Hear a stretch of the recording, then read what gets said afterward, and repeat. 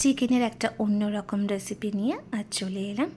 আমি মিক্সিতে প্রথমেই ভালো করে ধুয়ে রাখা ধনেপাতাটা গ্রাইন্ড করে নিয়েছি, আর একটু চিকেনে গন্ধরাজ লেবু দিয়ে ম্যারিনেট করে মাখিয়ে রেখে দিয়েছিলাম।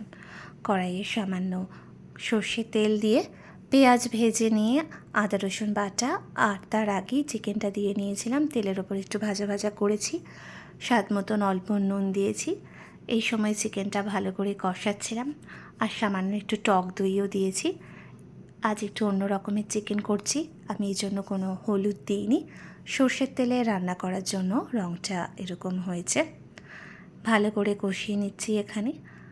তারপর ভেজে রাখা আলুগুলো দিয়ে দিলাম, যেহেতু আমরা চিকেনের তরকারিতে আলুটা পছন্দ করি।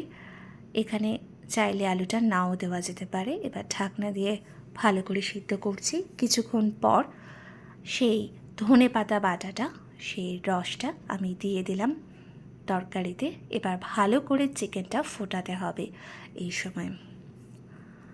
এবার আমি স্বাদের জন্য অল্প একটু চিনি দিয়েছি, জিরের গুঁড়ো ধনের গুঁড়োও দিয়েছি, আর পুরো তরকারিটা ভালোভাবে ফুটিয়ে নিয়ে এইভাবে কষা কষা রেডি করেছি।